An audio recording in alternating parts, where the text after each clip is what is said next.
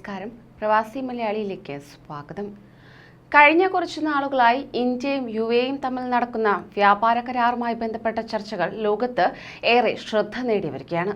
ഇപ്പോഴിതാ ഈ ചർച്ചകൾ അന്തിമഘട്ടത്തിലാണെന്നും അടുത്ത വർഷം ആദ്യ പകുതിയോടെ തന്നെ കരാറിന്റെ കാര്യത്തിൽ അന്തിമ തീരുമാനത്തിലെത്തുമെന്ന് പ്രതീക്ഷിക്കുന്നതായും ദുബായിലെ Indian consul general doctor Aman Puri ഈ വെളിപ്പെടുത്തൽ നടത്തിയിരിക്കുകയാണ്. ഖലീജ് ടൈംസിന് നൽകിയ അഭിമുഖത്തിലാണ് അദ്ദേഹം ഇക്കാര്യം വ്യക്തമാക്കിയിരിക്കുന്നത്. ഇരു രാജ്യങ്ങളും തമ്മിൽ 5 വർഷത്തിനിടയിൽ $115 ബില്യൺ വ്യാപാരം ലക്ഷ്യമിടുന്നതാണ് കരാറെന്നും അദ്ദേഹം അറിയിക്കുകയുണ്ടായി. ഇരു രാജ്യങ്ങളും തമ്മിലുള്ള സമഗ്ര സാമ്പത്തിക പങ്കാളിത്ത കരാറിൽ അതായത് കോംപ്രിഹെൻസീവ് എക്കണോമിക് പാർട്ട്ണർഷിപ്പ് എഗ്രിമെന്റിൽ ഒപ്പുവയ്ക്കുന്നതുമായി ബന്ധപ്പെട്ട ചർച്ചകൾ അടുത്ത മാസത്തോടെ തന്നെ പൂർത്തിയാക്കാനാണ് പരസ്പര ധാരണയിൽ എത്തിയിട്ടുള്ളതെന്നും അദ്ദേഹം പറഞ്ഞു.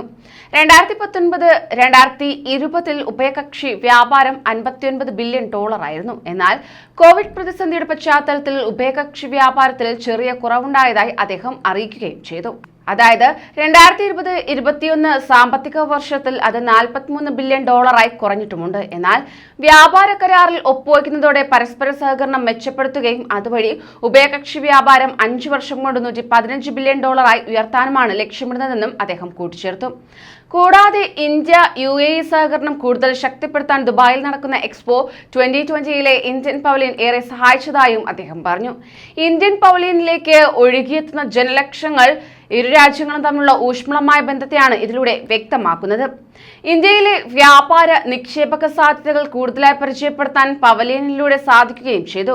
ഗുജറാത്ത്, കർണാടക, തെലങ്കാന, ലഡാക്ക് എന്നിവിടങ്ങളിലെ നിക്ഷേപ സാധ്യതകൾ സന്ദർശകരിൽ വലിയ താല്പര്യം ജനിപ്പിച്ചതായും അദ്ദേഹം അറിയിക്കുകയായിരുന്നു. ഇന്ത്യൻ പവലിയനിൽ നവരാത്രി, ദസറ, ദീപാവലി തുടങ്ങിയ ആഘോഷങ്ങളുമായി ബന്ധപ്പെട്ട് നടക്കുന്ന വിവിധ സാംസ്കാരിക പരിപാടികൾ ഇരു രാജ്യങ്ങളും തമ്മിലുള്ള സാംസ്കാരിക സമന്വയത്തിന് വലിയ മുതൽക്കൂട്ടായതായും അദ്ദേഹം അഭിപ്രായപ്പെടുകയുണ്ടായി.